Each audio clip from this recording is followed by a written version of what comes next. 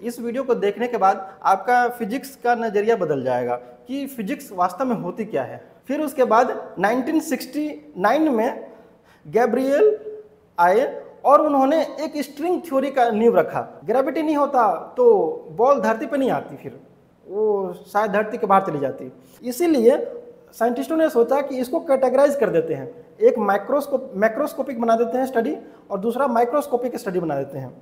इस वीडियो में हम जानेंगे फिजिकल वर्ल्ड के बारे में, जो क्लास 11th का फर्स्ट चैप्टर है। तो इसके बारे में जानेंगे डिटेल में कि फिजिकल वर्ल्ड क्या होता है, क्या क्या होता है इसके अंदर और क्या क्या चीज़ें एक्सप्लेन करती है फिजिकल वर्ल्ड को, ये सारी चीज़ जानेंगे। तो इस वीडियो को देखने के बाद आपका फिजिक्स का नज़रिया बदल जाएगा कि फिजिक्स वास्तव में होती क्या है, लोग साइंटिस्टों ने क्या क्या चीज़ें किए हैं फिजिक्स में, वो चीज़ें आपको जानने को मिलेगा इसमें, और भी इंटरेस्ट आएगा इस वीडियो को देखने के बाद। तो इसमें बात करेंगे what is physics, I mean कि फिजिक्स है क्या, और फिर बात करेंगे scope and excitement of physics.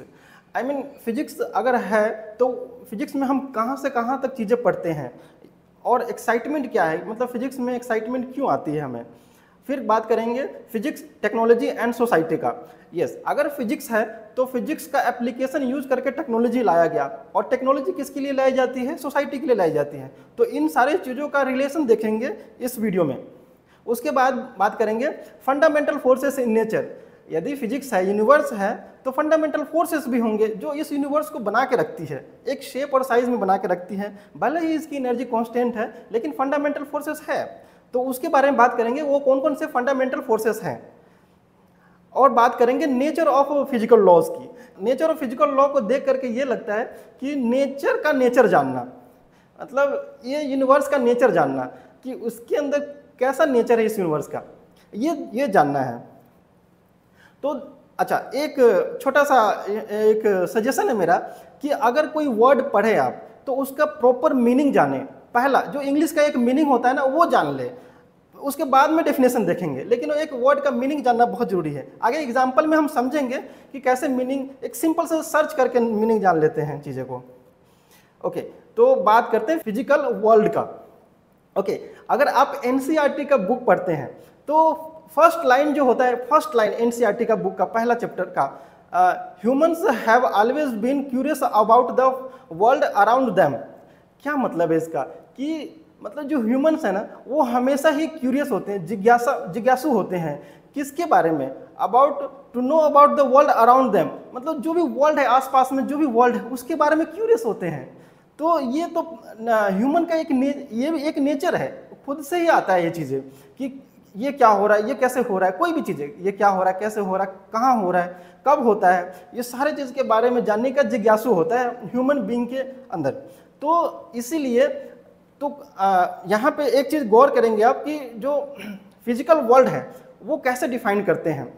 तो उससे फिजिकल वर्ल्ड, आप जितने भी सारे चीज़ को देखते हैं आसपास में, वो सारे फिजिकल वर्ल्ड में ही आते हैं। जिसको हम देख सकते हैं, जिसको नहीं भी देख सकते हैं, वो भी फिजिकल वर्ल्ड में आते हैं। जिसको हम स्मेल कर सकते हैं, टच कर सकते हैं, या सुन सकते हैं, ये सारे चीज़ फिजिकल वर्ल्ड का ही पार्ट है।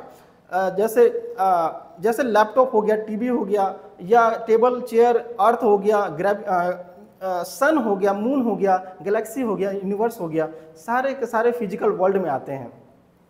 तो अच्छा, सोर्स ऑफ वंडर्स, अगर फिजिकल वर्ल्ड में ये सारी चीज़ें आते हैं तो हमें क्या जिज्ञासु करती है। जैसे सोर्स ऑफ वंडर में हम देखेंगे कि नाइट स्काई, अगर रात में देखते हैं अपने गैलेक्सी को, अपने नाइट के स्काई को देखते हैं, नाइट में स्काई को देखते हैं, तो उसमें आपको रोशनी दिखती है, छोटी छोटी रोशनी दिखती है। तो जिज्ञासा होता है कि वो क्या रोशनी है, किसका रोशनी है। फिर आप देखेंगे डे एंड नाइट, 12 घंटे के बाद ही डे हो जाती है, फिर से रात हो जाती है। वो कैसे होती है, वो उसके पीछे क्या साइंस है या क्या फिजिक्स है। या सोलर इक्लिप्स का हो जाना, कि मतलब एक सूरज को चांद ने कैसे पूरा का पूरा ढक दिया, वो उसके बारे में जिज्ञासु होना। फिर टाइड्स, बड़े बड़े टाइड्स आते हैं सी में, जहाँ कुछ मशीन भी नहीं है, तब भी इतने ऊंचे ऊंचे वाटर कैसे बन जाते हैं।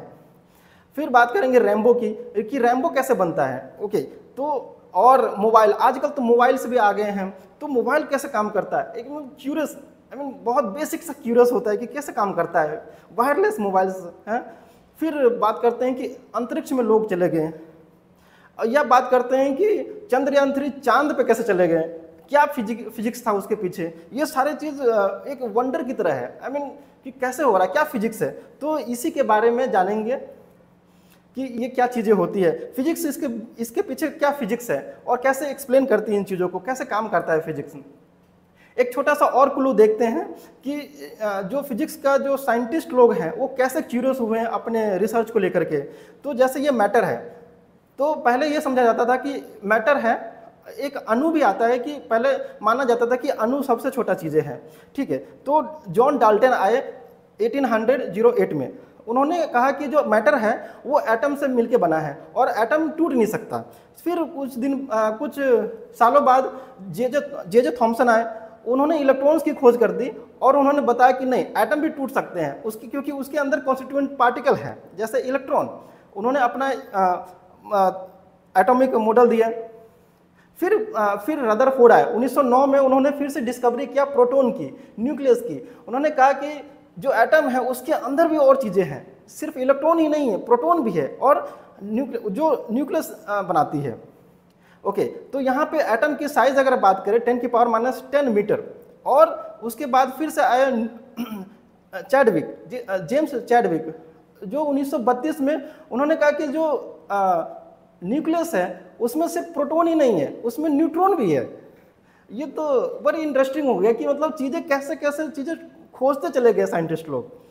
फिर उसके बाद और भी साइंटिस्ट आए कि 2 साइंटिस्ट आए, मुरे और जॉर्ज, 1964 में। उन्होंने कहा कि जो न्यूट्रॉन और प्रोटॉन है उसके अंदर भी चीज़ें हैं, वो भी चीज़ें किसी न किसी एलिमेंट्री पार्टिकल से मिलकर बना हुआ है, और जिसका नाम उन्होंने क्वार्क्स दिया कि क्वार्क्स है जो इलेक्ट्रॉन न्यूक्लियस में प्रोटॉन और न्यूट्रॉन को बनाती है, और जिसका साइज है 10⁻⁻18 मीटर। फिर उसके बाद 1969 में गैब्रियल आए और उन्होंने एक स्ट्रिंग थ्योरी का नींव रखा। उन्होंने कहा कि जितने भी एलिमेंट्री पार्टिकल है वो स्ट्रिंग के वाइब्रेशन से बनते हैं। जिस टाइप का वाइब्रेशन मोड होगा स्ट्रिंग का, उस टाइप के पार्टिकल्स मिलेंगे आपको, और उस स्ट्रिंग का जो साइज होगा 10⁻⁻35 मीटर होगा। ये बहुत ही बड़ा खोज था उनके लिए कि एक फंडामेंटल लेवल पे चीज़ें कैसे एक्सप्लेन कर दिया एक थ्योरी से। यहाँ पे 2 चीज़ें हैं, एक तो स्ट्रिंग थ्योरी से पता किया उन्होंने, और दूसरा एक और भी थ्योरी है जिसको हम वैदिक रश्मि थ्योरी बोलते हैं। ये वेद से आया है बेसिकली, और आचार्य अग्निव्रत जी इनके ऊपर काम किए और वैदिक रश्मि थ्योरी लेकर आए। इनका मानना ये है कि प्राकृतिक मूल है जिसमें ओम रश्मि वाइब्रेट करती है और चीज़ों को बनाती है। तो और ये इन्होंने थ्योरी दिया। इस थ्योरी वैदिक रश्मि थ्योरी और स्ट्रिंग थ्योरी, मुझे एक चीज़ सिमिलर लगा कि चीज़ें वाइब्रेशन से बन रही है। आई मीन फंडामेंटल लेवल पर चीज़ें आप देखेंगे तो चीज़ें वाइब्रेशन से बन रही है। तो आपने देखा कि ये सब चीज़ें कैसे एक बड़े से चीज़ों को छोटे छोटे चीज़ों में कैसे खोज करते चले गए साइंटिस्ट लोग। तो ये सब किसकी वजह से हुआ? वो है साइंस। यस, वो साइंस की वजह से हुआ। तो जानते हैं कि साइंस क्या है। तो बेसिकली साइंस, अगर साइंस का वर्ड का मीनिंग देखें तो ये लैटिन वर्ब से आया है, सिंटिया से, जिसका मतलब होता है कि टू नो। वहीं संस्कृत में इसका जो मीनिंग है वो आता है विज्ञान से, और अरबिक में इल्म से आता है, जिसका सिमिलर मीनिंग होता है नॉलेज। यानी कि साइंस का मतलब है नॉलेज, ज्ञान, यानी किसी भी चीज़ का नॉलेज या ज्ञान साइंस कहलाता है। ओके, तो इसका मतलब ये हुआ कि हम जो भी चीज़ पढ़ते हैं, जो भी चीज़ समझते हैं, हम क्या ले रहे हैं? नॉलेज ले रहे हैं। तो नॉलेज तो लिया, फिर करना क्या है इस नॉलेज का?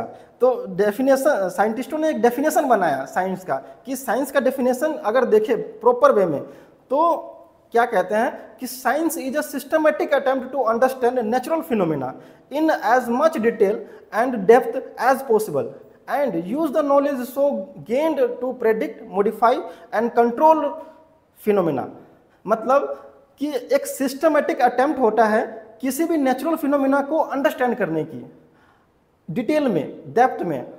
जैसे ही वो अंडरस्टैंड हो जाए, उसको क्या करना है, उस नॉलेज को इम्प्लीमेंट कर देना है। किसके लिए? प्रेडिक्शन के लिए, मॉडिफाई के लिए और कंट्रोल के लिए। किसका कंट्रोल? मॉडिफिकेशन, फिनोमिना को। जैसे कोई भी चीज़ है, आप जिसके बारे में जाने, आप जो भी फिनोमिना के बारे में जाए, डिटेल में जाने, उसको आप रियल लाइफ में कैसे इंप्लीमेंट कर सकते हैं, दैट इज द साइंस। और भी डेफिनेशन है साइंस का, जैसे science is exploring, experimenting and predicting from what we see around us. Yes, यानी जो भी चीज़ हम देखते हैं आसपास में, उसको एक्सप्लोर करना, एक्सपेरिमेंट करना, प्रिडिक्ट करना, that is the science. Okay, अगर ये चीज़ें हैं, मतलब इतने सारे चीज़ें हमने देखा कि कैसे कैसे साइंटिस्ट लोगों ने चीज़ें किया, तो उसके पीछे मतलब वो अप्रोच कैसे करते थे। तो उन्होंने कहा कि कुछ साइंटिफिक मेथड्स होते हैं जो इन चीज़ों को खोजने में, साइंस को आगे बढ़ाने में काम आती है। वो साइंटिफिक मेथड्स क्या क्या हैं? तो ये सारे मेथड्स हैं। एक एग्जांपल लेके समझते हैं कि ये मेथड्स कैसे कैसे इंप्लीमेंट होते हैं। जैसे सीड टू प्लांट, मतलब एक सीड से प्लांट कैसे बनते हैं, इसके साइंटिफिक मेथड से हम ऑब्जर्व करेंगे इसको। तो वो क्या क्या मेथड है? पहला मेथड है सिस्टमेटिक ऑब्जर्वेशंस। यस, आप इस सीड को हर रोज ऑब्जर्व कीजिए कि कैसे ग्रोथ हो रहा है, कितने दिनों बाद कितना इंच ग्रोथ हो गया, ये सारे ऑब्जर्व कीजिए, हर रोज ऑब्जर्व कीजिए। वो है सिस्टमेटिक ऑब्जर्वेशंस। दूसरा है कंट्रोल एक्सपेरिमेंट्स। अगर इसमें जैसे इसको एक एनवायरनमेंट अच्छा नहीं मिलेगा, तो हो सकता है सीड प्लांट ना बने। जैसे अगर आप रेगिस्तान में सीड अगर छीट देंगे, तो वो प्लांट नहीं बनेगा, कोई भी पौधा प्लांट नहीं बन जाएगा वहाँ पे। तो एक सिस्टमेटिक कंट्रोल वे में उनका ख्याल रखना पड़ेगा। ओके, उसके बाद qualitative and quantitative reasoning. Yes, अगर सीड बढ़ रही है तो किस वजह से बढ़ रही है, उसके पीछे क्या क्या रीजन है, वो सारी चीज़ें फाइंड करना। और मैथमेटिकल मॉडलिंग की जरूरत है साइंस में। तो चीज़ें क्या होता है कि हम इक्वेशन जैसे लिखते हैं ना, हमें और भी चीज़ें हमें समझ में आ जाती हैं, हम और भी चीज़ें एक्सप्लेन कर सकते हैं उसके बारे में। अच्छा, तो इसका ग्रोथ का मैथमेटिकल मॉडल क्या हो सकता है कि हर रोज हम ये देख सकते हैं कि कितना ग्रोथ किया, उस पर हम चीज़ें बना सकते हैं। प्रिडिक्शन एंड वेरिफिकेशन और फॉल्सिफिकेशन ऑफ थ्योरीज। यस, अगर आपने कोई थ्योरी बनाया है, तो उसका प्रिडिक्शन करना, उसका वेरिफिकेशन करना जरूरी है। जैसे ये सीड किसी एक इन्वायरमेंट में बना, अगले साल यही सीड क्या सेम इन्वायरमेंट में बन सकता है क्या, उसका वेरिफिकेशन करना। एक और एग्जांपल से समझते हैं, जैसे पेंडुलम के बारे में सिस्टमेटिक ऑब्जर्वेशन करना कि कितना रोटेशन, कितना ऑसिलेशंस में कितना टाइम लगा, वो सिस्टमेटिक ऑब्जर्वेशन करना। कंट्रोल एक्सपेरिमेंट करना, मतलब जो मास है, ये स्ट्रिंग है या हिंज है यहाँ पे, वो सब चीज़ों को कंट्रोल वे में करना, ताकि हम ये अच्छे से पता लगा सकें कि उसका टाइम पीरियड क्या होगा। वो अच्छे से कंट्रोल एक्सपेरिमेंट होना चाहिए। जैसे वाल्टर लेविन है, तो ये पेंडुलम के मास की जगह खुद ही ओसिलेट होना स्टार्ट हो गए। तो यहाँ पे अगर कंट्रोल एक्सपेरिमेंट नहीं होगा, तो यहाँ पे इनको दिक्कत हो सकता है, इसलिए कंट्रोल एक्सपेरिमेंट भी जरूरी है। अच्छा, qualitative and quantitative reasoning. Yes, अगर क्वालिटेटिव का मतलब ये है कि ग्रेविटी है, तो ये ऑसिलेशन जो हो रहा है वो किसके वजह से हो रहा है, ये भी प्रेडिक्ट करना, तो वो क्वालिटेटिव हो गया। क्वांटिटेटिव का मतलब ये है कि टाइम पीरियड, जैसे मैथमेटिकल मॉडलिंग है, तो टाइम पीरियड क्या होगा, तो एक मैथमेटिकल फॉर्मूला आना चाहिए, वो ज़्यादा सेटिस्फाई करता है हमारे साइंस को। प्रेडिक्शन एंड वेरिफिकेशन और फाल्सिफिकेशन ऑफ थ्योरीज। यस, ये क्या है कि आज तो पेंडुलम बना लिया, आप ओसिलेट देख लिए, आप जो कल देखेंगे किसी और जगह पे देखेंगे, इसी अर्थ के सरफेस पे किसी और जगह पे देखेंगे, तो क्या ये फार्मूला वैलिड है उसके लिए भी या नहीं है, तो वो वेरिफिकेशन करना, that is the scientific methods. तो ये सारी चीज़ें साइंटिफिक मेथड्स हैं। एक और साइंटिफिक मेथड है जिसको हम कहते हैं स्पेकुलेशन एंड कंजेक्टर, अटकलें और अनुमान लगाना। यस, ये भी एक साइंटिफिक मेथड का ही पार्ट है, जहाँ पे हम अनुमान लगाते हैं कि हमारा जो एक्सपेरिमेंट है वो सही हो रहा है कि नहीं हो रहा है, और फिर उसको वेरीफाई भी करते हैं। अगर वेरीफाई हो गया तो हमारा अनुमान सही हो गया, नहीं तो वो मेथड हम हटा देते हैं। फिर बात करते हैं कि जो ये तो होगी साइंस की बातें। अब देखते हैं कि नेचुरल साइंस में कौन कौन सी चीज़ें हम पढ़ते हैं। तो पहला है फिजिक्स, दूसरा केमिस्ट्री और तीसरा बायोलॉजी। यस, ये तीनों चीज़ें हम नेचुरल साइंसेस में पढ़ते हैं। अच्छा, आपने नोटिस किया कि इसमें मैथ नहीं है, तो किधर गया मैथ? तो मैथ क्या करता है, इन तीनों को सपोर्ट करता है। फिजिक्स, केमिस्ट्री या बायोलॉजी हो, कोई भी चीज़ों को मैथ क्या करता है, सपोर्ट करता है। उसके थ्योरी को, उसके एनालिसिस को निखारने में ये मैथ सपोर्ट करता है। तो अब टॉपिक की बात करते हैं फिजिक्स कि फिजिक्स क्या होती है। तो पहले हम बात करेंगे फिजिक्स का जो वर्ड है फिजिक्स, उसका मीनिंग क्या है।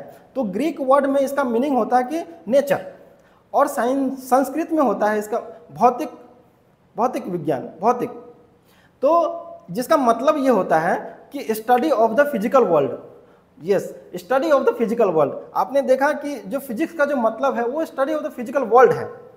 तो और अगर प्रॉपर डेफिनेशन बात करें कि फिजिक्स का डेफिनेशन क्या होता है, तो we can broadly describe physics as a study of the basic law of nature and their manifestation in different natural phenomenas.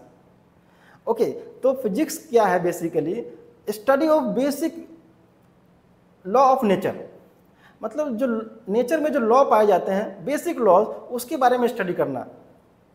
And their manifestations in different natural phenomenas, अभिव्यक्त करना, डिफरेंट नेचुरल फिनोमिना में अभिव्यक्त करना। तो physics क्या है कि physics law of nature को स्टडी करना और उनके डिफरेंट फिनोमिना को अभिव्यक्त करना।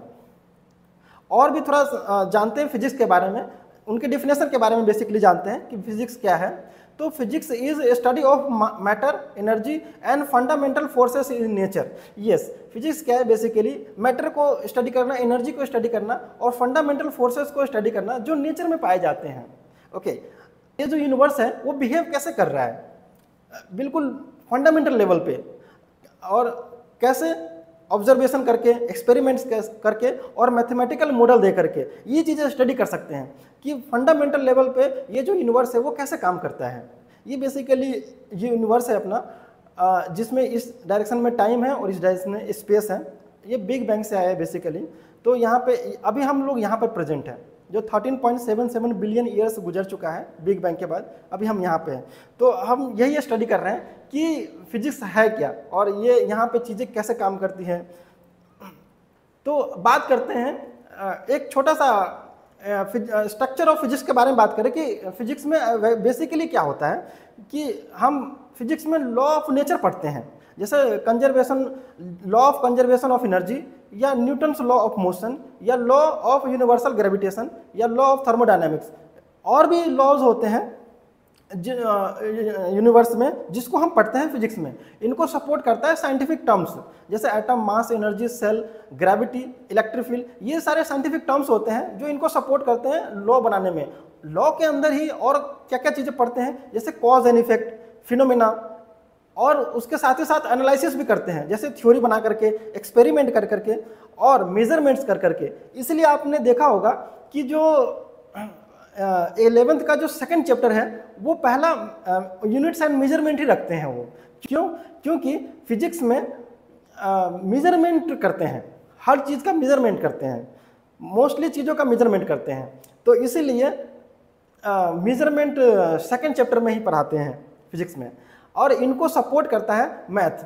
ओके, तो मैथ कॉज एंड इफेक्ट में और फिनोमिना में वो वर्ड्स में होते हैं, तो वो उसमें वहाँ पे मैथ बहुत कम पाए जाते हैं, तो इसलिए एनालिसिस में मैथ का उपयोग होता है। तो ये हो गया बेसिक स्ट्रक्चर ऑफ फिजिक्स। और इसी को हम अगर देखें कि रियल लाइफ में इम्प्लीमेंट कर दे इन्हीं फिजिक्स को, तो वो बन जाता है applications in real life. Physics के स्ट्रक्चर को एक एग्जाम्पल से समझते हैं, जैसे ग्रेविटी है।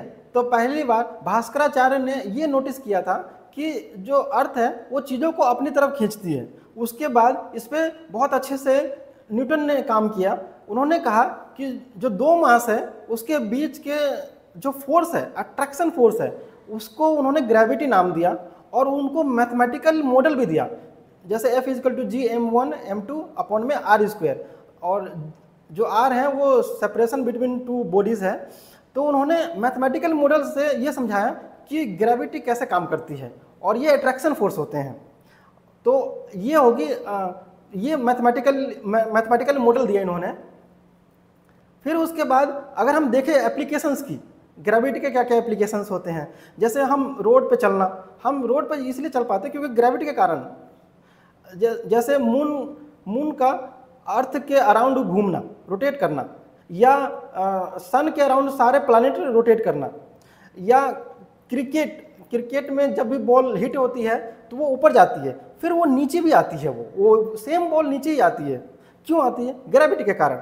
ये भी एक एप्लीकेशन है। अगर ग्रेविटी नहीं होता तो क्या होता? ग्रेविटी नहीं होता तो बॉल धरती पे नहीं आती, फिर वो शायद धरती के बाहर चली जाती। फिर उसके बाद अगर एक और एग्जांपल देखें तो जैसे रॉकेट लॉन्च करते हैं, सैटेलाइट को लॉन्च करते हैं, तो ग्रेविटी के वजह से हम किसी ऑर्बिट में सैटेलाइट को फिक्स कर पाते हैं। अगर ग्रेविटी नहीं होता तो शायद वो भी रॉकेट कभी अपने ऑर्बिट में, अर्थ के ऑर्बिट में कभी प्लेस नहीं कर पाते हैं। अच्छा, अभी तक हम जो भी फिजिक्स देख रहे थे या जो भी रिसर्च देखा हमने, तो साइंटिस्टों ने कैसे चीज़ें किया, ये चीज़ें तो फिजिक्स में दो प्रिंसिपल बहुत इंपॉर्टेंट है। पहला है यूनिफिकेशन, दूसरा है रिडक्शन। ओके, तो इसके बारे में जानेंगे कि यूनिफिकेशन और रिडक्शन क्या होते हैं। तो पहले बात करते हैं यूनिफिकेशन के बारे में। अच्छा, वर्ड से पता लग रहा हो कि यूनिफाई, यूनिफाई, यहाँ पे वो उसी वर्ड से आया है यूनिफिकेशन। तो मतलब होता है इसका attempt to explain diverse physical phenomena in terms of a few concepts and laws. इसका क्या मतलब है कि हम उन चीज़ों को एक्सप्लेन कर दें, डाइवर्स फिनोमिना को एक्सप्लेन कर दें कुछ ही थ्योरी से या कुछ ही लॉ से या कुछ ही कॉन्सेप्ट से। जैसे एग्जांपल के लिए पहला है कि जैसे एप्पल का गिरना, ये एक फिनोमिना है, एप्पल का गिरना भी एक फिनोमिना है। या मून का अपने अर्थ के अराउंड रोटेट करना, ये भी एक फिनोमिना है। या सन के अराउंड सारे प्लैनेट का रोटेट करना, ये भी एक फिनोमिना है। तो अभी हम जैसे क्रिकेट का बॉल का ऊपर जाना फिर से वापस आना, ये भी एक फिनोमिना है। तो इतने सारे चीज़ों को एक्सप्लेन कर दे कोई एक फिनोमिना, वो यूनिफिकेशन हो जाएगा। तो इसी प्रोसेस को यूनिफिकेशन कहते हैं। और इन फिनोमिना को कौन एक्सप्लेन करता है? ग्रेविटी, लॉ ऑफ ग्रेविटेशन, जो न्यूटन ने दिया था। तो इतने सारे फिनोमिना को एक कंबाइन कर देना, एक लॉ से समझा देना, दैट इज यूनिफिकेशन। दूसरा एग्जांपल अगर हम देखें, उससे पहले कि ये अगर आप यहाँ पे देखेंगे तो ये सारे चीज़ें इफेक्ट है और उसका कारण क्या है? ग्रेविटी। दूसरा एग्जांपल देखेंगे, basic laws of electromagnetism, Maxwell's equation governed all electric and magnetic phenomena. Yes, Maxwell ने क्या किया था कि जो इलेक्ट्रिकल फिनोमिना थे या मैग्नेटिक के फिनोमिना थे, उन्होंने कंबाइंड कर दिए, एक जगह रख दिए और सारे को एक ही चीज़ से सेटिस्फाई करवा करके एक्सप्लेन कर दिए। That is unification. कि मतलब डिफरेंट फिनोमिना को एक ही फिनोमिना से एक्सप्लेन कर देना या एक ही लॉ से एक्सप्लेन कर देना, दैट इज यूनिफिकेशन। एक और चीज देखते हैं एग्जाम्पल में, the attempts to unify fundamental forces of nature reflect this same quest for unification. Yes, जो फंडामेंटल फोर्सेस होते हैं नेचर में, अभी हम डिस्कस करेंगे लास्ट में फंडामेंटल फोर्सेस के बारे में, और वहाँ देखेंगे कि यूनिफिकेशन कैसे हो रही है वहाँ पे, और भी चीज़ों से समझेंगे उसको। उसके बाद बात करते हैं रिडक्शनिज्म, क्योंकि ये दूसरा चीज़ है जो साइंटिस्ट यूज करते हैं इस चीज़ को।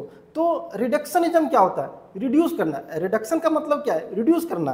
तो यहाँ पे कैसे इंप्लीमेंट होता है डेफिनेशन में?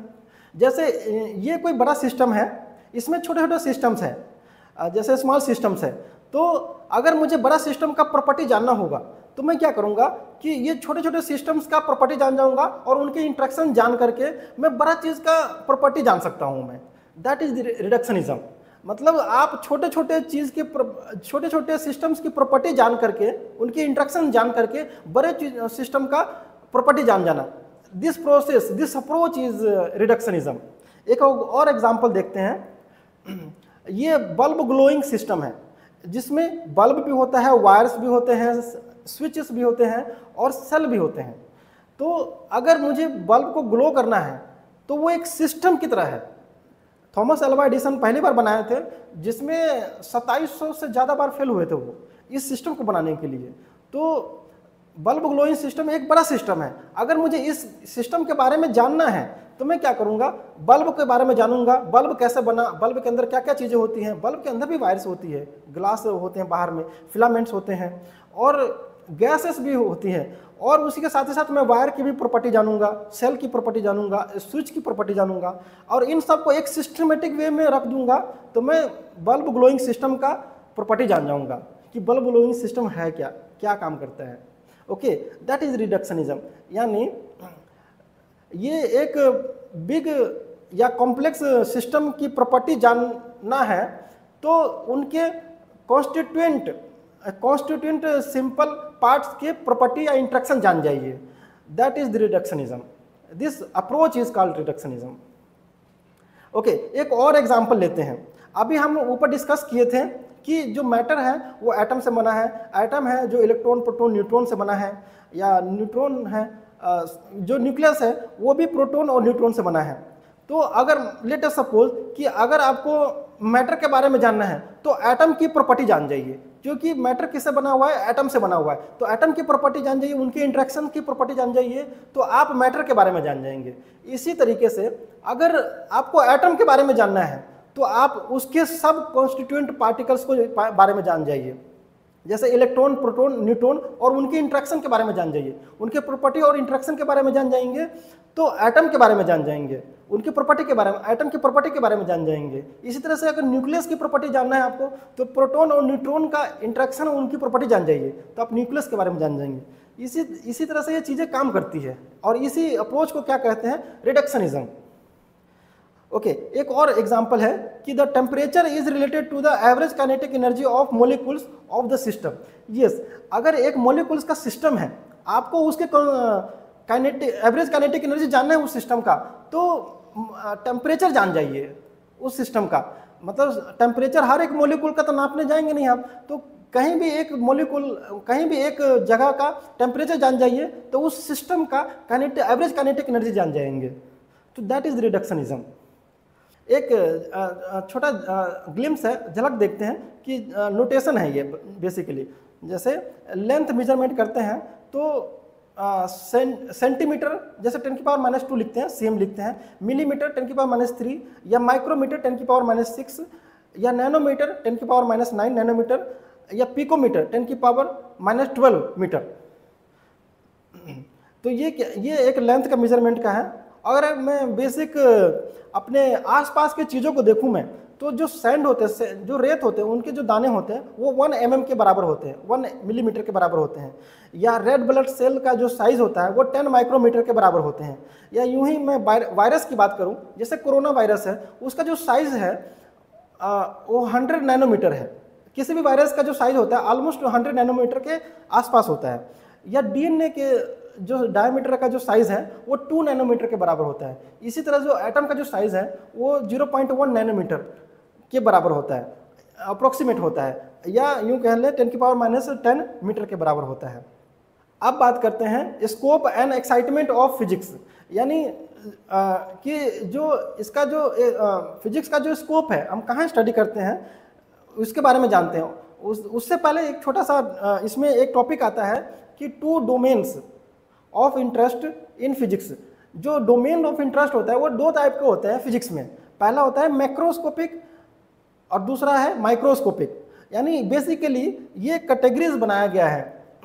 तो अगर हम वर्ड का मीनिंग जानें तो आंखों से दिखाई पड़ने वाला को हम मैक्रोस्कोपिक बोलते हैं, और जो हमें दिखाई नहीं पड़ता है उसको हम माइक्रोस्कोपिक में रखते हैं। तो इसका मतलब क्या हुआ कि हम फिजिक्स में स्टडी जो करते हैं, जो चीज़ हमें दिखती है उसकी स्टडी करते हैं, उसको हम किस कैटेगरी में रखते हैं, मैक्रोस्कोपिक स्टडी में रखते हैं, मैक्रोस्कोपिक डोमेन में रखते हैं। जो भी चीज़ें हमें दिखती हैं, जिसके भी हम स्टडी कर रहे हैं, जो सीधा दिख जाती हैं बिना कोई इंस्ट्रूमेंट से, वो हम किसके स्टडी में रखते हैं, हम मैक्रोस्कोपिक स्टडी में रखते हैं या मैक्रोस्कोपिक डोमेन में रखते हैं। और दूसरी तरह हम बात करें माइक्रोस्कोपिक की, हम उन चीज़ों की स्टडी करते हैं जो हमें ऐसे नहीं दिखती हैं, आंखों से हमें दिखाई नहीं देती हैं। उस स्टडी को हम क्या कहते हैं, मतलब उसको हम कहाँ रखते हैं कि माइक्रोस्कोपिक स्टडी में रखते हैं।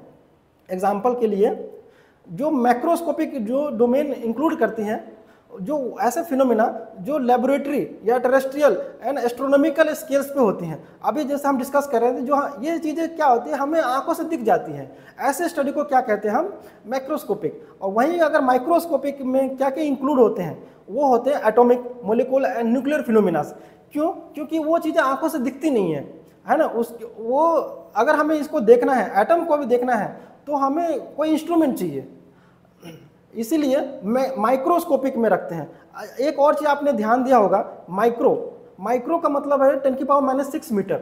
यानी जैसे जैसे स्केल आपका मीटर में नीचे जाते हैं, वैसे वैसे चीज़ें दिखाई नहीं देती हैं हमें। ओके, और भी चीज़ें बात करते हैं। जो दूसरा चीज़ अगर मैं बात करूं, जो फिनोमिना है happening at large scale. Obvious ही बात है, अगर लेबोरेटरी बेस पे है, टेरेस्ट्रियल और एस्ट्रोनॉमिकल स्केल पर है, तो फिनोमिना क्या हो रही है कि लार्ज स्केल पे हो रही है।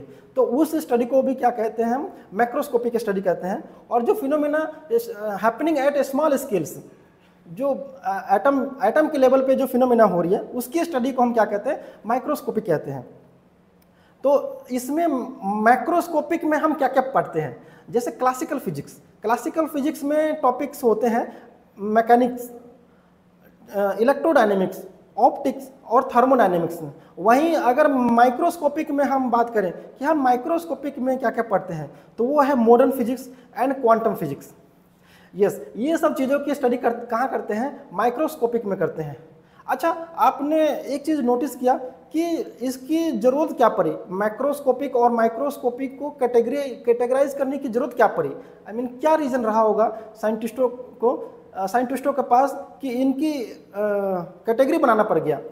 तो रीज़न उनका इसका ये है कि साइंटिस्टों ने नोटिस किया कि जो चीज़ हमें दिखती है उसका जो बिहेवियर है वो डिफरेंट होता है सेम मटेरियल का, और अगर उसी मटेरियल को हम रिड्यूस करते चले जाए और उसका फिनोमिना को ऑब्जर्व करें, तो उसका बिहेवियर चेंज हो जाता है, उसका फिनोमिना चेंज हो जाता है।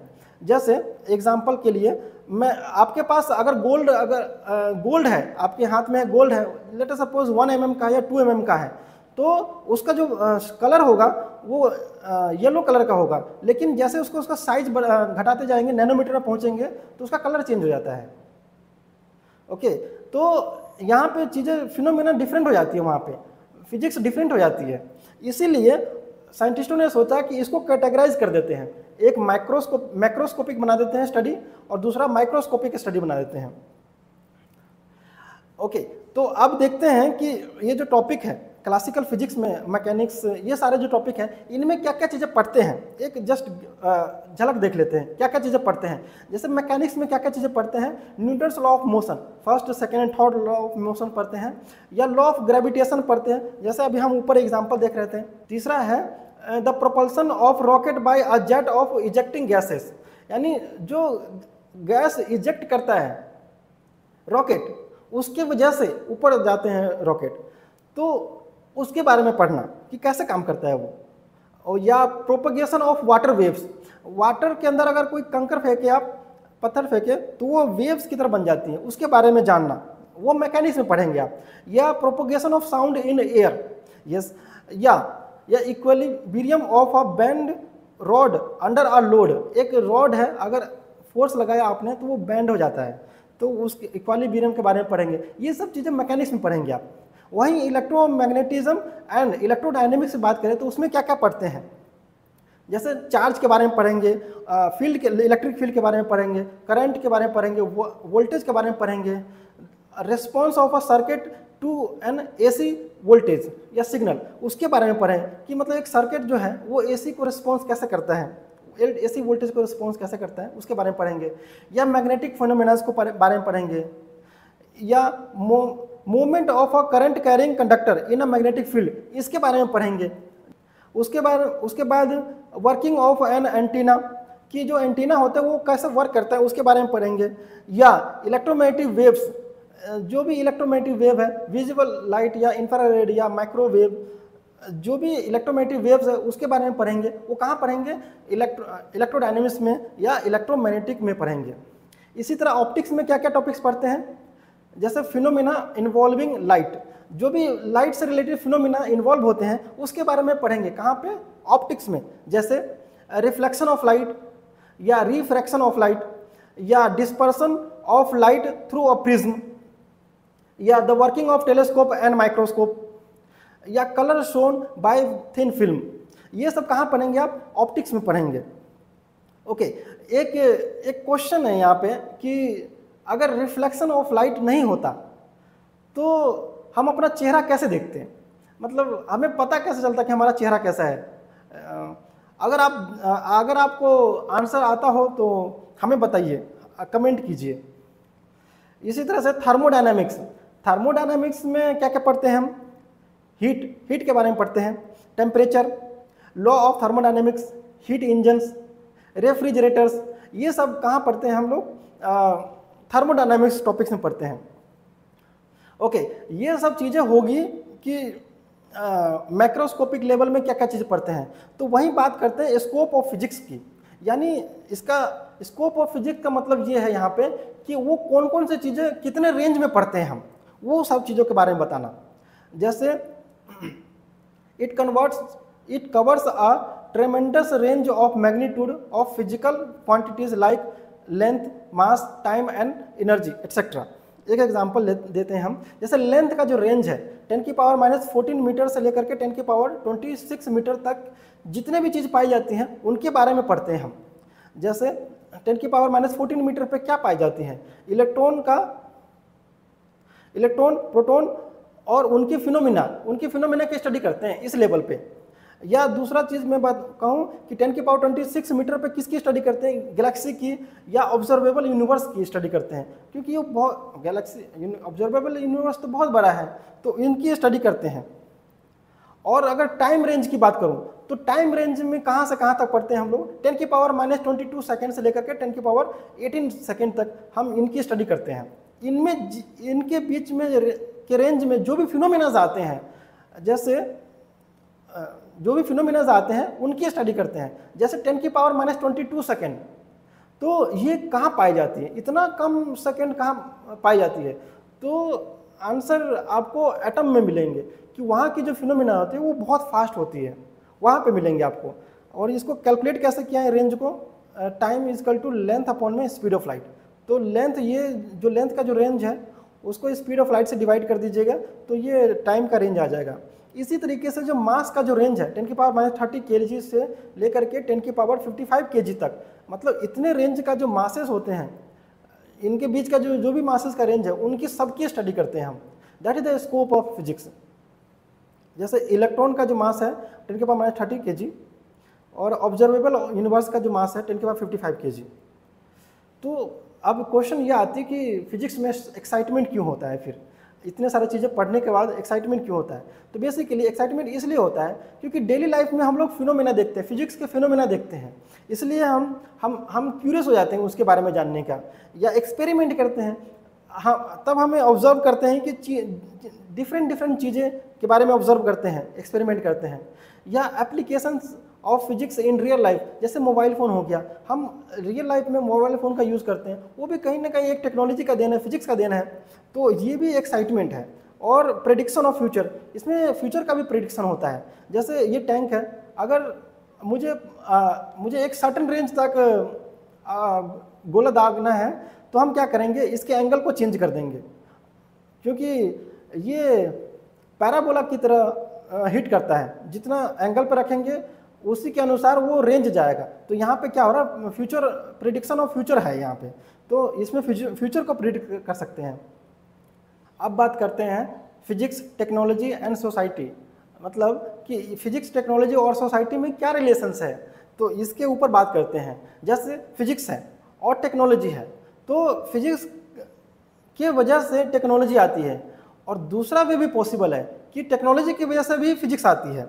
जैसे एग्जांपल देखते हैं, जो new physics give rise to new technology, ये सही बात है। जैसे सिलिकॉन चिप, तो सिलिकॉन चिप ये फिजिक्स का ही चीज़ें हैं, क्योंकि फिजिक्स से ही चीज़ें सिलिकॉन चिप आई। तो सिलिकॉन चिप के आने से टेक्नोलॉजी में, यानी कंप्यूटर में बहुत रेवोल्यूशन आ गया। जैसे पहले क्या होता था, बहुत बड़े कंप्यूटर होते थे, फिर जैसे ही सिलिकॉन चिप्स आई कंप्यूटर का साइज छोटा होता चला गया, आप देख सकते हैं। तो छोटा होने से इतना छोटा हो गया कि अब हम हाथ में भी कंप्यूटर रख सकते हैं। तो ये किसकी वजह से हो गया? फिजिक्स की वजह से हो गया ये चीज़ें। दूसरा अगर एग्जांपल ले तो इलेक्ट्रोमैग्नेटिक वेव, ये एक फिजिक्स का चीज़ें हैं, तो इसको हमने यूज़ किया एज ए वायरलेस कम्युनिकेशंस में। जैसे मोबाइल फ़ोन या वाईफाई, अगर आप यहाँ से किसी दूर बैठे इंसान से बात करते हैं तो बिना वायर के बात करते हैं, सिर्फ एक फ़ोन से बात कर लेते हैं। कैसे? वो है वायरलेस कम्युनिकेशन। ये किसकी वजह से आया? फिजिक्स की वजह से आया। वहीं पे रिवर्स भी पॉसिबल है कि टेक्नोलॉजी ने फिजिक्स दिया, तो need of technology give rise to new physics.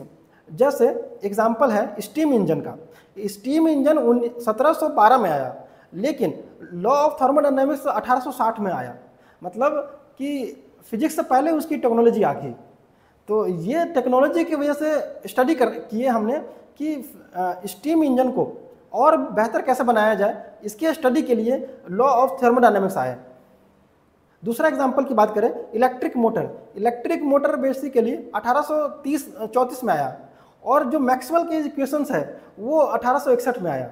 देख सकते हैं आप कि टेक्नोलॉजी पहले आ गई और कुछ उसके इक्वेशंस बाद में आते हैं। यानी टेक्नोलॉजी ने क्या दिया हमें? फिजिक्स दे दी। तो इससे सोसाइटी के ऊपर क्या इफेक्ट पड़ा? तो डायरेक्ट इम्पैक्ट पड़ा फिजिक्स का भी और सोसाइटी टेक्नोलॉजी का भी। क्यों? क्योंकि जो भी टेक्नोलॉजी है वो कौन यूज़ करते हैं? सोसाइटी यूज़ करती है। यस। तो और किसको इम्प्लीमेंट करके? फिजिक्स को समझ करके, चीज़ों फिजिक्स को समझ करके एक नई टेक्नोलॉजी लाती है। किसके लिए? सोसाइटी के लिए, ताकि चीज़ें और भी आसान किया जा सके सोसाइटी में। ओके, तो अब बात करते हैं हम फोर्सेस इन नेचर। तो बेसिकली ये नेचर में हर जगह पे फोर्स लग रही है। तो फोर्स कैसे कैसे फोर्स होते हैं पहले ये देखते हैं। तो फोर्स बेसिकली दो टाइप के होते हैं। पहला है फंडामेंटल फोर्सेस और दूसरा है डेराइव्ड फोर्सेस। ओके, अगर फंडामेंटल फोर्सेस हैं तो वो कौन कौन से फोर्सेस हैं? तो चार टाइप के फंडामेंटल फोर्सेस होते हैं। Gravitational force, electromagnetic force, strong nuclear force, weak nuclear force. ये चार टाइप के फंडामेंटल फोर्सेस होते हैं। और ड्राइव्ड फोर्स क्या होते हैं? ड्राइव फोर्स बेसिकली क्या होते हैं? जो फंडामेंटल फोर्सेस हैं उसी के वजह से जो फोर्स ड्राइव होके आती हैं उसी को ड्राइव्ड फोर्स कहते हैं। जैसे एग्जांपल से और अच्छे से समझ में आएगा आपको कि जैसे स्प्रिंग फोर्स है, फ्रिक्शन फोर्स है, मस्कुलर फोर्स है, या the force due to pressure of a liquid है, या force due to surface tension of a liquid है, या बुयंसी फोर्सेस है। ये फोर्सेस क्या है? डिराइव्ड फोर्सेस हैं। कहीं ना कहीं इलेक्ट्रोमैग्नेटिक फोर्स से आए होंगे ये सारे फोर्स, या स्ट्रॉन्ग न्यूक्लियर फोर्स आए होंगे, या वीक न्यूक्लियर फोर्स आएंगे। ये इन्हीं फोर्स को मिला करके ये सारे फोर्सेस आए हैं। तो ये होगी फंडामेंटल फोर्सेस और डिराइव्ड फोर्सेस। तो अब बात करते हैं फंडामेंटल फोर्सेस की वर्किंग के बारे में, कि वो होते क्या है और काम कैसे करते हैं, है ना। तो पहला है ग्रेविटेशनल फोर्स। तो ग्रेविटेशनल फोर्स हमने अभी थोड़ी देर पहले ये समझा था कि दो बॉडी के बीच में जो अट्रैक्शन फोर्स लगते हैं उसको ग्रेविटेशन फोर्स बोलते हैं। ओके, तो दो मास के बीच में फोर्स लगे वो हमारा ग्रेविटेशनल फोर्स होता है। और तो ये किन के ऊपर अप्लाई होता है? तो ये यूनिवर्स के सभी ऑब्जेक्ट के ऊपर अप्लाई होता है। यानी ग्रेविटेशन फोर्स अगर मेरे ऊपर लग रहा है तो आसपास के सभी चीज़ों की वजह से लग रहा है मेरे ऊपर। अर्थ हो गया, आसपास के जितने भी चीज़ें हैं वो सब भी मेरे ऊपर ग्रेविटेशनल फोर्स का इफेक्ट है। तो ये होगी ग्रेविटेशनल फोर्स। तो अगर हम बात करें कि इसकी रेंज की, तो इसकी रेंज कहाँ तक होती है? यानी मैं बॉडी को कितना सेपरेट रखूँ कि उसका फोर्स ऑफ अट्रैक्शन तब पर भी काम करे। तो ये है उसका इन्फिनिटी, यानी लॉन्ग रेंज का ये फोर्स है। यानी अगर एक बॉडी बहुत दूर पर भी रखते हैं ना तब भी ग्रेविटेशन फोर्स काम करेगा, उस बॉडी पे लगेगा। ओके, वहीं बात करें रिलेटिव स्ट्रेंथ की, तो इसका जो फोर्स है वो वीकेस्ट फोर्स है। मतलब कि स्ट्रेंथ इसका बहुत कम है, बहुत कम है, वीकेस्ट है, सबसे वीकेस्ट है ये। और क्या मीडियम की जरूरत पड़ती है? यानी दो बॉडी है, क्या उसके आसपास में कोई मीडियम है जिसकी वजह से फोर्स काम करती है? तो आंसर है नो, कोई मीडियम नहीं है। बगैर मीडियम के ये फोर्स काम करती है। क्या ये चार्ज डिपेंडेंट फोर्स है? तो आंसर है नो चार्ज डिपेंडेंट। मतलब चार्ज नहीं रहेगा ना तब भी ये फोर्स काम करेगा। क्यों? क्योंकि ये मास के ऊपर डिपेंड है, इसलिए। अब बात करते हैं दूसरा फोर्स के बारे में, जिसका नाम है वीक न्यूक्लियर फोर्स। एक चीज़ आप नोटिस करेंगे कि ये न्यूक्लियर है, तो ये जो फोर्स है वो न्यूक्लियस के अंदर पाए जाते हैं, और ये किसके अमंग में ऑपरेट्स होते हैं, वो है इलेक्ट्रॉन एंड न्यूट्रिनो। ये इन एलिमेंट्री पार्टिकल के ऊपर अप्लाई होते हैं, और जैसा कि ये न्यूक्लियर फोर्स है, न्यूक्लियस के अंदर पाए जाते हैं, तो ये वेरी शॉर्ट रेंज का फोर्स है, क्योंकि न्यूक्लियस का साइज 10⁻⁻15 मीटर में आता है। तो इसका जो फोर्स का जो रेंज है वो वेरी शॉर्ट रेंज हो जाता है, क्योंकि वो सब न्यूक्लियस में पाए जाते हैं। इसका जो स्ट्रेंथ है वो रिलेटिवली ग्रेविटेशनल फोर्स से हाई है, लेकिन अदर फोर्सेस से लो है। ये कहाँ पाए जाते हैं, ये कब पाए जाते हैं? ये पाए जाते हैं बीटा डीके में। बीटा डीके एक रेडियो एक्टिव डीके है। जब कभी भी बीटा डीके होता है तो वहाँ पे वीक न्यूक्लियर फोर्स पाए जाते हैं। ओके, तीसरा अगर फोर्स की बात करूँ तो electromagnetic force. Yes, electromagnetic force क्या होते हैं कि जब कभी दो चार्जेस के बीच में अट्रैक्शन और रिपल्सन फोर्स लगे, उसको हम इलेक्ट्रोमैग्नेटिक फोर्स कहते हैं। तो अगर क्वेश्चन ये आता है कि जहाँ भी चार्ज पार्टिकल होगा क्या वहीं लगेगा, कि जहाँ चार्ज पार्टिकल नहीं होगा वहाँ भी लगेगा?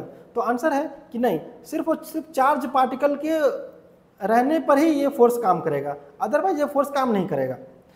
जैसे ये प्रोटॉन है और ये इलेक्ट्रॉन है, इन दोनों के बीच में अट्रैक्शन फोर्स है ये। तो ये जो अट्रैक्शन फोर्स हो रहा है ये किसकी वजह से हो रहा है? इलेक्ट्रोमैग्नेटिक फोर्स की वजह से हो रहा है। जैसे ये इलेक्ट्रॉन और इलेक्ट्रॉन में रिपल्सन हो रहा है, या प्रोटॉन प्रोटॉन में रिपल्सन हो रहा है, तो ये भी फोर्स है इलेक्ट्रोमैग्नेटिक फोर्स, जो रिपेल कर रहा है। दो चार्जेस रिपेल कर रहे हैं आपस में, ओके, सेम चार्जेस। तो ये हो गया हमारा इलेक्ट्रोमैग्नेटिक फोर्स। अच्छा, ये इसका रेंज कितना है? तो इसका भी रेंज लॉन्ग रेंज तक है, यानी इन दो चार्ज को आप इन्फिनिट डिस्टेंस तक सेपरेट करते हैं अप्रोक्सीमेटली, तो तब भी ये काम करेगा। मतलब इसका फोर्स तब भी इन दोनों का पार्टिकल के बीच में फोर्स रहेगा, इन दोनों चार्ज पार्टिकल के बीच में फोर्स रहेगा। ये क्या मीडियम की जरूरत पड़ती है? आंसर है नो, मीडियम की जरूरत नहीं है। सिर्फ दो पार्टिकल ही काफ़ी है जो चार्ज है, इसके बीच में आसपास में मीडियम की जरूरत नहीं है, तब भी ये फोर्स काम करेगा। और ये चार्ज डिपेंडेंट होते हैं। यस, ये चार्ज डिपेंडेंट होते हैं। जितना ज़्यादा चार्ज होंगे पार्टिकल्स का, उतना ज़्यादा फोर्स लगेगा उनके बीच में, या उतना रिपल्सन होगा फोर्स या अट्रैक्शन फोर्स होगा, लेकिन फोर्स लगेगा। ओके, अब चौथा फोर्स की बात करते हैं, स्ट्रॉन्ग न्यूक्लियर फोर्स। अच्छा, ये जो इलेक्ट्रोमैग्नेटिक फोर्स है उसका जो स्ट्रेंथ है वो ग्रेविटेशनल फोर्स और वीक न्यूक्लियर फोर्स, इन दोनों से बहुत स्ट्रॉन्ग है, इसलिए इसको स्ट्रॉन्ग फोर्स बोलते हैं। अब बात करते हैं स्ट्रॉन्ग न्यूक्लियर फोर्स की। तो स्ट्रॉन्ग न्यूक्लियर फोर्स किसके ऊपर लगते हैं? न्यूक्लियॉन्स, हैवियर एलिमेंट्री पार्टिकल्स के ऊपर लगते हैं।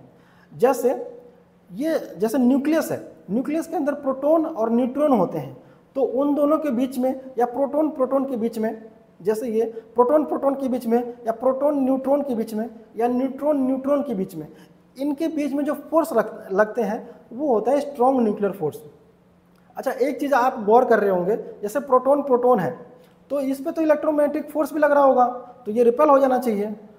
तो आंसर है कि हाँ, इनके ऊपर इलेक्ट्रोमैग्नेटिक फोर्स लगते तो हैं, लेकिन strong nuclear force week electromagnetic force से भी ज़्यादा स्ट्रेंथ वाले हैं, इसलिए वो फोर्स का, वो जो इलेक्ट्रोमैग्नेटिक फोर्स है वो उतना प्रभाव नहीं डाल पाता है इसके ऊपर, जितना स्ट्रॉन्ग न्यूक्लियर फोर्स इसको बाइंड करके रखता है। इसलिए न्यूक्लियस देखेंगे, वो न्यूक्लियस ब्रेक नहीं होता इतना जल्दी। क्यों? क्योंकि वहाँ पे स्ट्रॉन्ग न्यूक्लियर फोर्स काम कर रहे होते हैं। तो इसका जो रेंज है वो शॉर्ट रेंज होते हैं, यानी न्यूक्लियर साइज के बराबर होते हैं, 10⁻⁻15 मीटर। 10⁻⁻15 मीटर न्यूक्लियस का साइज है वो, तो उसी रेंज में ही काम करते हैं वो। यानी जहाँ ये पार्टिकल्स होंगे या हैवियर एलिमेंट्री पार्टिकल होंगे, वहाँ स्ट्रॉन्ग न्यूक्लियर फोर्स काम करेंगे। अच्छा, ये जो फोर्स है इस यूनिवर्स में अभी तक का सबसे स्ट्रॉन्गेस्ट फोर्स माना गया है। ओके, तो इसी के बेस पे दूसरे फोर्स का रिलेटिव स्ट्रेंथ देखा गया है, जिसमें जो रिलेटिव स्ट्रेंथ ग्रेविटेशनल फोर्स का 10⁻39, ये वीकेस्ट फोर्स में आता है। वीक न्यूक्लियर फोर्स का 10⁻13, उसके बाद स्ट्रॉन्ग फोर्स यानी इलेक्ट्रोमैग्नेटिक फोर्स की बात करें 10⁻⁻² और इसका 1। आप देख सकते हैं सबसे स्ट्रॉन्गेस्ट फोर्स है इस यूनिवर्स में अभी तक के फाइंडिंग में। ओके, क्या ये चार्ज डिपेंडेंट होते हैं? नहीं, ये चार्ज इंडिपेंडेंट होते हैं। अगर चार्ज है भी ना ये तभी भी काम करेंगे और चार्ज नहीं भी है तभी भी काम करेंगे। जैसे यहाँ पे चार्ज वाले पार्टिकल है तभी भी स्ट्रॉन्ग न्यूक्लियर फोर्स काम कर रहे हैं। ओके, तो एक क्वेश्चन यहाँ पे है कि what happens when all 4 forces will not be in universe?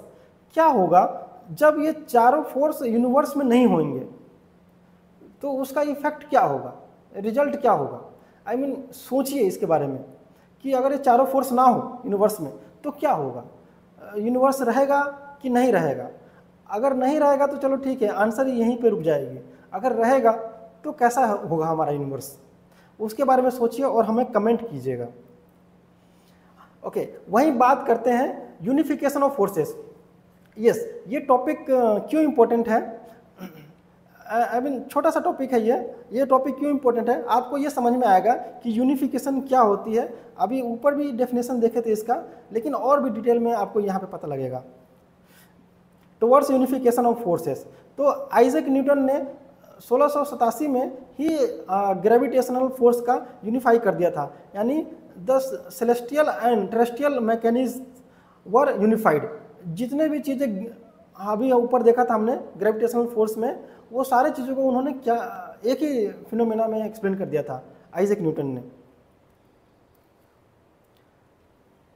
दूसरा है Hans Christian Oersted and Michaelson Faraday. इन्होंने क्या किया कि electric and magnetic phenomena were unified to give rise to electromagnetism. इन्होंने क्या किया, इलेक्ट्रिक फिनोमेना और मैग्नेटिक फिनोमेना को यूनिफाइड कर दिया और जिसको नाम दिया गया इलेक्ट्रोमैग्नेटिज्म। यस, उसके बाद जेम्स क्लर्क मैक्सवेल 1873 में इन्होंने क्या किया, इलेक्ट्रिसिटी, मैग्नेटिज्म एंड ऑप्टिक्स, इन तीनों को यूनिफाइड कर दिए और उन्होंने कंक्लूजन निकाले कि जो लाइट है वो हमारा इलेक्ट्रोमैग्नेटिक वेव है। तो ये बहुत बड़ा अचीवमेंट था इनका, क्योंकि जो 4 इक्वेशन पढ़ते हैं मैक्सवेल का, वो यही चीज़ें बताती हैं, इलेक्ट्रिसिटी, मैग्नेटिज्म और ऑप्टिक्स कैसे यूनिफाइड है। तो आप देख सकते हैं कि अलग अलग फिनोमिना को ये लोग एक ही में यूनिफाइड कर रहे हैं, एक ही लॉ से एक्सप्लेन कर दे रहे हैं। That is unification. उसके बाद शेल्डन और स्टीवन उन्होंने क्या किया 1979 में कि जो इन्होंने शो किया कि जो वीक न्यूक्लियर फोर्स है एंड इलेक्ट्रोमैग्नेटिक फोर्स है वो सिंगल इलेक्ट्रो वीक फोर्स है। इन्होंने शो किया, थियोरेटिकली शो किया। उसके कुछ ही साल बाद 1984 में कार्लो एंड साइमन इन्होंने क्या किया, इस इलेक्ट्रो वीक फोर्स को वेरीफाई कर दिया एक्सपेरिमेंटली, और इलेक्ट्रोवीक फोर्स एग्जिस्ट करता है इन्होंने शो कर दिया एक्सपेरिमेंटली। अब बात करते हैं नेचर ऑफ फिजिकल लॉज। मतलब क्या है कि फिजिकल लॉज का नेचर जानना है, यानी नेचर का भी नेचर जानना है। तो इसमें क्या होता है कि फिजिकल जो फिनोमिना होती हैं, फिजिकल फिनोमिना की वजह से सेवरल क्वांटिटीज चेंज होती है टाइम के साथ। फिजिकल क्वांटिटी चेंज होती है टाइम के साथ, लेकिन इन्हीं में से कुछ क्वांटिटी क्या होते हैं जो टाइम के साथ चेंज नहीं होते हैं। तो वो जो चेंज नहीं होते उसको कंजर्व्ड क्वांटिटी कहते हैं नेचर का। ओके, एक छोटा सा आइसोलेटेड सिस्टम के बारे में पढ़ते हैं, क्योंकि अभी यूज़ करेंगे isolated system. An isolated system is a system that has no net external force acting on it. Yes, अगर एक ऐसा सिस्टम है जिस पे एक्सटर्नल फोर्स नहीं लग रहा है, उस सिस्टम को क्या कहेंगे, आइसोलेटेड सिस्टम कहेंगे। एग्जाम्पल के लिए ये आइसोलेटेड सिस्टम है, इसमें इसकी प्रॉपर्टी ये होती है आइसोलेटेड सिस्टम की कि ना ही हीट को एक्सचेंज कर सकते हैं और ना ही मैटर को एक्सचेंज कर सकते हैं। जैसे जैसे ये सिस्टम है, जैसे ये बोतल है, ये थर्मोकोल वाला बोतल है ये, तो इसमें ना ही आप हीट दे सकते हैं और ना ही हीट ले सकते हैं यहाँ से, और ना ही मैटर का एक्सचेंज कर सकते हैं। जैसे इसमें पानी रखते हैं तो अगर गर्म पानी रखते हैं तो गर्म ही रहता है, ठंडा पानी रखेंगे तो ठंडा ही रहता है। दूसरा चीज़ देखते हैं क्लोज सिस्टम। क्लोज सिस्टम क्या होता है कि एनर्जी तो ट्रांसफ़र हो सकती है लेकिन मास मैटर ट्रांसफ़र नहीं हो सकता। जैसे क्लोज्ड बोतल, वाटर बोतल, सिंपल क्लोज्ड वाटर बोतल, इसमें एनर्जी दे सकते हैं, हीट कर सकते हैं इसको, लेकिन इसमें पानी नहीं डाल सकते। जैसे ढक्कन लगा है तो पानी नहीं डाल सकते आप इसमें। इसी तरह ओपन सिस्टम की बात करते हैं, इसमें एनर्जी और मास दोनों ट्रांसफ़र हो सकता है, एनर्जी और मैटर दोनों ट्रांसफ़र हो सकते हैं। जैसे ओपन ग्लास वाटर। अच्छा, तो law of conservation of energy, अगर इसकी बात करें तो आप देखेंगे कि जो एनर्जी है वो कंजर्व रहती है। तो इस टाइम पे ये लॉ बन गया कि अगर एनर्जी कंजर्व है तो इसको एक लॉ की तरह देखने लग गए। एग्जाम्पल के लिए, total energy of isolated system is constant. कोई भी आइसोलेटेड सिस्टम है तो उसका जो टोटल एनर्जी होगा वो कांस्टेंट होगा हमेशा। कोई भी टाइम पर देखिए उसको, वो हमेशा ही कांस्टेंट मिलेगा। एग्जाम्पल के लिए, total energy of universe is constant. क्या मतलब है इसका कि ये जो यूनिवर्स है इसका अगर टोटल एनर्जी देखेंगे तो कांस्टेंट है और ये टाइम के साथ चेंज नहीं होता है। भले ही कोई भी फिनोमेना हो जाए या कुछ भी हो जाए इस यूनिवर्स में, तब भी इसका टोटल एनर्जी चेंज नहीं होगा। यानी आज देखें टोटल एनर्जी या कल देखें या 100 साल बाद भी देखें, तब भी इसका total energy of the universe constant रहेगा। एक और एग्जांपल देखते हैं छोटा सा, टोटल मैकेनिकल एनर्जी, जैसे काइनेटिक एनर्जी प्लस में पोटेंशियल एनर्जी इज कांस्टेंट। एक बॉल है, अगर हाइट से गिराते हैं उसको तो यहाँ पे मैकेनिकल एनर्जी कांस्टेंट रहेगा। अगर एयर फ्रिक्शन को हटा दिया जाए तो total mechanical energy is conserved है। और भी बहुत सारे क्वांटिटी होती हैं जो कंजर्व होती है आइसोलेटेड सिस्टम में। तो law of conservation of linear momentum या law of conservation of angular momentum, ये क्या होता है कि जो total linear momentum and total angular momentum of isolated system are conserved quantities. मतलब ये चेंज नहीं होते हैं टाइम के साथ, लेकिन सिस्टम कैसा होना चाहिए, आइसोलेटेड होना चाहिए, तभी ये चीज़ें वर्क करती है। ओके, तो ये इस वीडियो को बनाने के लिए रेफरेंसेस हमने यूज़ किया है इन जगहों से। तो यहीं पे हम इस वीडियो को समाप्त करते हैं। थैंक यू, नमस्ते।